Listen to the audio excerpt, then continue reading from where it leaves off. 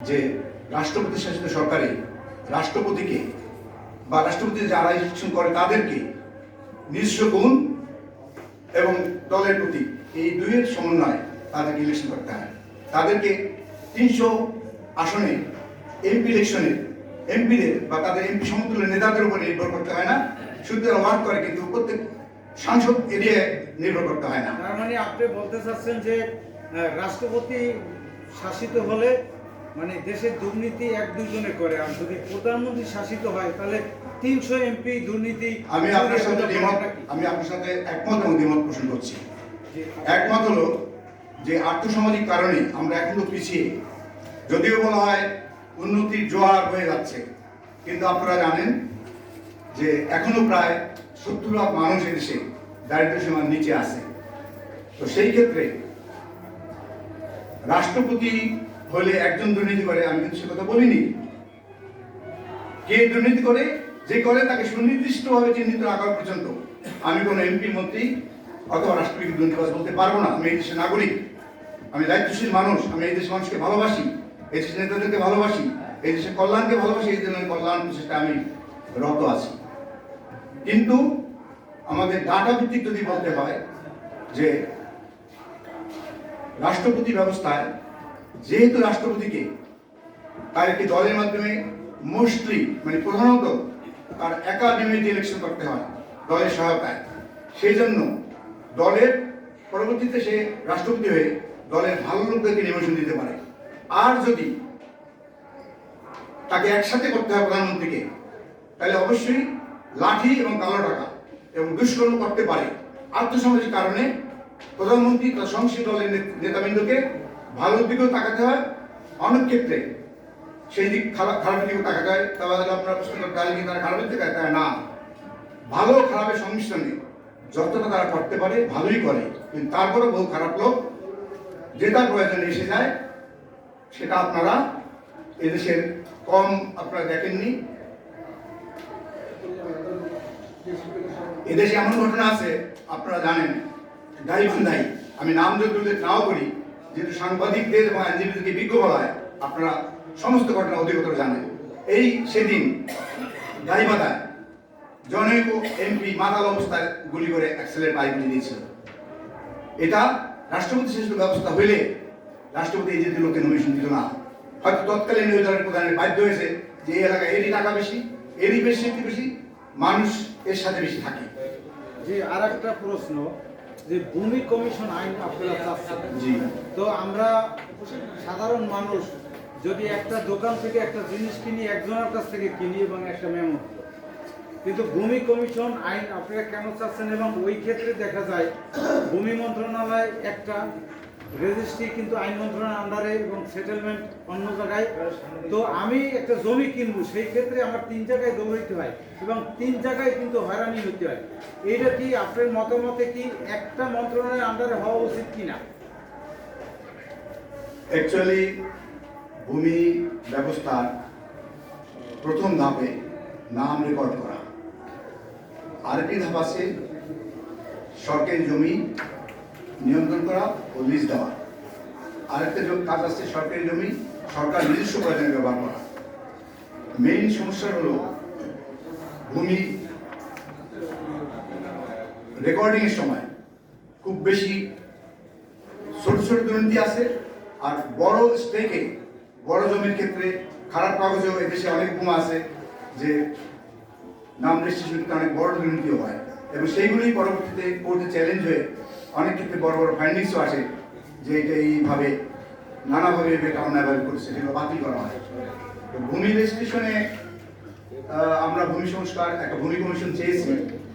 আমরা প্রায় সবগুলি কাজের জন্য একটি স্থায়ী কমিশন চেয়েছি। কি কারণে?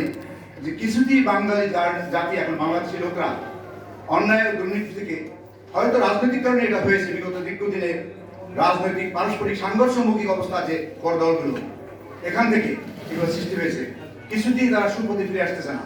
কাজে কমিশন হলো মন্ত্রণালয়ের পাশাপাশি একটি পারস্পরিক চেক অ্যান্ড ব্যালেন্স ব্যবস্থার মধ্যে দিয়া একটি ভূমি কমিশন। আপনি জানেন ভূমি মন্ত্রণালয়ের দুর্নীতি খুবই মানে বাংলাদেশে খুবই একটা কুখ্যাত অবস্থা আছে, এবং সেই ক্ষেত্রে ভূমি কমিশন থাকলে তাৎক্ষণিকভাবে এমনকি কোনো এসিল্যান্ড বা কোনো তহসিলদার যদি ক্রস কোনো বড় ভুল করে, তাহলে সেই কমিশন কাছে একটা দরখাস্ত দিতে পারে, আরেকটা দরখাস্ত দিতে পারে সংশ্লিষ্ট ভূমি মন্ত্রণালয়।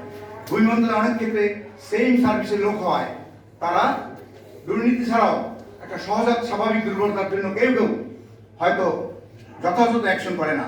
কিন্তু একটা কমিশন থাকলে সেই কমিশন অবশ্যই দক্ষ 3 বা 5 সদস্যের হবে। তার ভিতরে একজন বিচারপতি, একজন আর্মি জেনারেল, একজন বিশেষ অ্যাডমিন ক্যাডার। এই যে এটা গভর্নমেন্ট ভালো করে বুঝে ওরে যদি করে, তাহলে একটা চেক অ্যান্ড ব্যালেন্স থাকবে। যদি কোনোদিন সভ্য দেশের মতো উন্নত আমরা হতে পারি সব দিক থেকে, তাহলে সেখানে স্থায়ী কমিশন না হলেও চলবে। কিন্তু যেভাবে দুরবস্থা আমরা পড়েছি, তাতে অস্থায়ী কমিশন লেখার জন্য কমিশন লিখতে হবে, স্থায়ী দরকার নেই। কিন্তু সেই কমিশন স্থায়ীভাবে কাজ করবে যতদিন না আমরা উন্নত দেশের মতো সব সুব্যবস্থায় আমরা প্রতিষ্ঠিত হতে পারি। আমরা 2018 সালের পরিবহন 2018 সালের যে পরিবহন আইনে যে জরিমানার বিধান আছে, সেইটা কিন্তু আপনারা এখানে দেখছেন 200 থেকে 500 টাকা জরিমানা করার জন্য। তো সেই ক্ষেত্রে পরিবহন এই যে গাড়ি, তো সামান্য জরিমানা, এতে তো দেখা যায় আপনার গাড়ির উপরে উঠে দেবে। তো এই এত কম কেন আপনারা দাবি করছেন? এই কারণে দাবি এখানে তো করা উচিত। আপনার একজন সাংবাদিক, আপনার এবং আইনজীবীদের নামের আগে বিজ্ঞ দেখানো যায়, আর কারো কাছে লেখা হয় না। আপনি বলেন তো সেই আইনের পর থেকে এই পর্যন্ত যদি ডাটা না জানেন, তাহলে ডাটা সংগ্রহ করে নিন। সেই আইনটা যে হয়েছে আর আজ পর্যন্ত এই দীর্ঘ এত বছরে অ্যাক্সিডেন্ট আর বেড়েছে না কমেছে এই আইন করার কারণে? অবশ্যই সেই সময় থেকে অন্তপক্ষে 30 থেকে 50 বার বেড়েছে। এই ফাইন করে আইন নিয়ন্ত্রণ দরকার নাই, বরং ট্রাফিকদের সুন্দর দায়িত্ব পালন করা এবং জাতির সচেতনতা বৃদ্ধির মধ্য দিয়ে আমাদেরকে সভ্যতার সহিত আগাতে হবে। আমাদের সভ্য হতে হবে, সভ্য বানাতে হবে, সভ্যতা চর্চা করতে হবে। ফাইনটা এটা একটা পিউরিটিভ, সবসময় পিউরিটিভ মানে সাজামূলক ওয়ার্ক করে না। প্রিভেন্টিভ, কিউরেটিভ, প্রিভেন্টিভ নানা রকম ব্যবস্থার মধ্যে একটা সমাজ চলে। এটা শুধুই প্রিভেন্টিভ মানে সাজামূলক। কিন্তু আপনি সাংবাদিক, আপনি জানেন কোন অবস্থায় সেই আইন আর আজকে এই দুইয়ের মধ্যে অ্যাক্সিডেন্ট হার কমে নাই, বরং এটা আপনারা হয়তো জানেন, আমার মনে আছে এইটার ব্যাপারে তৎকালীন যোগাযোগ মন্ত্রী ওবায়দুল হক সাহেবকে সাংবাদিকরা প্রশ্ন করেছিল যে এটা একটু বেশি উপর হয়ে গেল না? তিনি একটা উত্তর দিয়েছিলেন, হয়তো মিথ্যাচার আর নাহলে অর্বাচীনতা। উনি বলেছেন না, প্রয়োগের সময় আমরা খেয়াল রাখবো যাতে শক্তভাবে প্রয়োগ না। এটা কি কথা হলো? একটা মন্ত্রীকে আইন প্রয়োগ করবে, মন্ত্রী আইন প্রয়োগ করবে ট্রাফিক পুলিশ। এই কথাটা তো আমরা ঠিক হয়নি। 10,000 টাকা পর্যন্ত ফাইন আছে। অবশ্যই এটা কোনো অভিনিবেশী সরকার না। অবশ্যই আমরা সবাই নাগরিক, অবশ্যই সবাই সুখ ও শান্তিতে নিরাপত্তা দিয়েও নিরাপত্তার সহিত বাস করার অধিকার দেশে আছে। আপনাকে সর্বশেষ প্রশ্ন। আচ্ছা প্লিজ, আরো 2-1 প্রশ্ন করবেন।